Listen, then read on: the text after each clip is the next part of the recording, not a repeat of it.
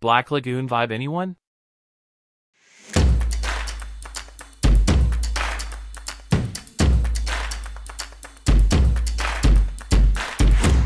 Hi guys, hope you all are doing good. Your boy Al is here with my first impression and review of Lazarus episode 1 and 2. It's an original project by Studio Mappa, so I'm expecting something nice. With all that being said, let's jump into it. Episode 1 opens with a question: how will the world end? Will it be a deadly virus? A meteor crashing into Earth? Or something else entirely? As it turns out, it all begins with a groundbreaking drug developed 4 years ago. Dr. Skinner, regarded as one of the greatest minds since Einstein, created a miracle painkiller called Hapna.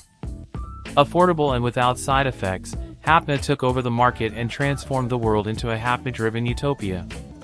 It was promoted as the drug that could save the world, but ironically, it's set to do the opposite. 3 years ago, Dr. Skinner disappeared, and now, the truth behind Hapna as a massive trap is about to be revealed. So yeah, the concept of this anime isn't really anything new. The trope of a good scientist going crazy has been used many times over the years in all forms of literature, but if done right it can be interesting.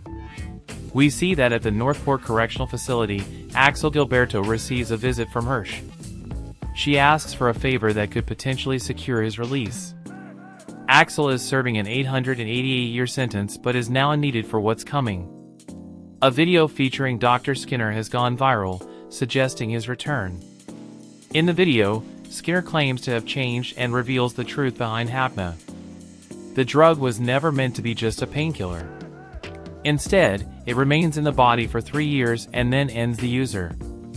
He estimates that the first Hapna users will begin dying in 30 days. Whether humanity is worth saving is left for them to decide. He also mentions something called the Seventh Trumpeter, which may hold a key to what's ahead. Axel is obviously our MC, and for some reason I'm getting Black Lagoon vibe from his character design.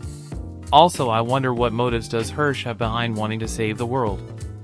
Moving on, we see that Axel, known for repeatedly escaping from prisons, holds Hersch at gunpoint, giving a clear display of his impressive skills. As expected, he escapes the situation with ease, leaping across rooftops. He manages to talk his way out of a possible arrest and, after changing clothes, takes the subway into the center of Babylonia City. Meanwhile, following Dr. Skinner's shocking revelation, many major cities have fallen into chaos. Riots erupt, and protests against pharmaceutical companies lead to violent attacks on their buildings. In response, pharma companies halt Hapna sales and issue an emergency recall. Despite these efforts, the stock market crashes amid the turmoil. From the looks of things, I think at least 95% of the world's population have consumed Hapna, and now that they know they are about to die, most of them don't care about the law anymore. I mean, I surely wouldn't give a damn about the law if I found out that the world is about to end. How about you guys though? Then we see Hersch intensify her efforts to capture Axel, whose face is now displayed all over the city. Axel seems to enjoy the pursuit, while Hersch's team, along with numerous drones, join the chase.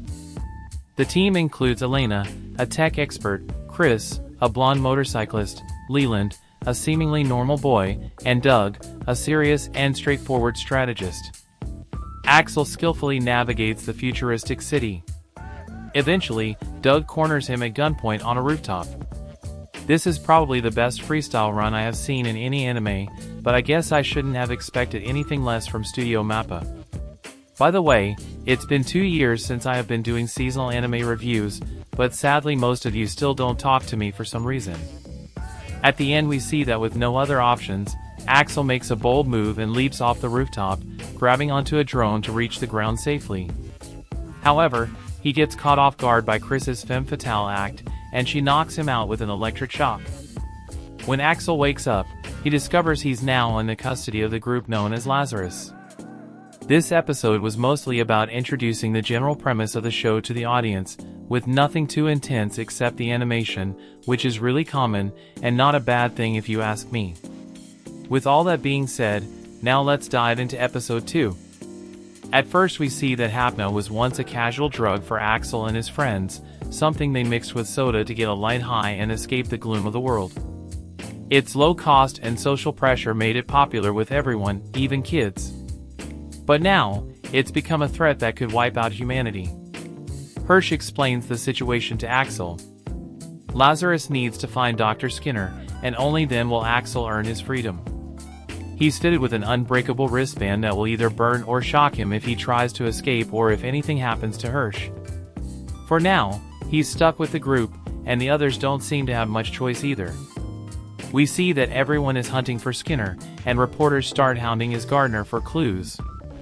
But finding Skinner is just the beginning. Figuring out what to do next is the real challenge. Axel wonders if they can profit from the vaccine, while Doug insists they should save the world and do the right thing. It's kinda strange how Axel doesn't seem to care if the world ends, and everyone dies including him. It's as if he has given up on life for some reason despite having a lively personality. No? We see everyone in the group has taken Hapna. Doug clearly doesn't like Axel and is blunt about it. He sees Axel as a show-off and not someone who works well in a team, fearing he might jeopardize their mission. We learn about Dr. Skinner's past, his modest beginnings, 3 Nobel Prizes, and activism for world peace and climate change. He's globally recognized and admired by everyday people, continuing his charity work despite being ignored by authorities. His sudden shift to becoming a mass murderer through his drug doesn't align with his past, suggesting something isn't quite right. Honestly speaking, I don't think this Skinner dude has gone insane or anything like that. Rather, I think he is most likely lying to achieve something that will probably turn the world into a better place. Moving on, we see Lazarus gets a lead from a company where Dr. Skinner bought a survival shelter 8 years ago. As they head out, Chris confronts Axel at gunpoint after learning about his 888-year sentence. She assumes he's a mass murderer, but the truth is he's simply skilled at breaking out of prison.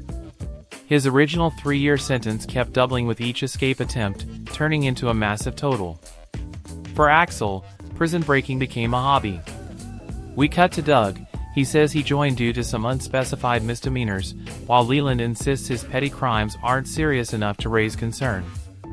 It's kinda interesting how we got a general idea of everyone's crime, except Chris's. It's as if she might not have one, but maybe I'm just trying to look too deep into things that aren't even there. What do you guys think? Next, we see that Elena is a notorious hacker responsible for numerous global crimes. Despite being the most unpredictable member of the team, she's also the quietest and most reserved. Axel and Chris reach shelter B12, where they discover an old man slumped in a chair. As they approach, a massive firefight erupts, with Mexicans, Russians, the FBI, and the DEA all showing up, believing they've found Skinner. I'm starting to like Axel. He seems to be the type of person who can go to any length and do anything just for the thrills, but I also wonder what made him like this, and I hope we will get his backstory soon.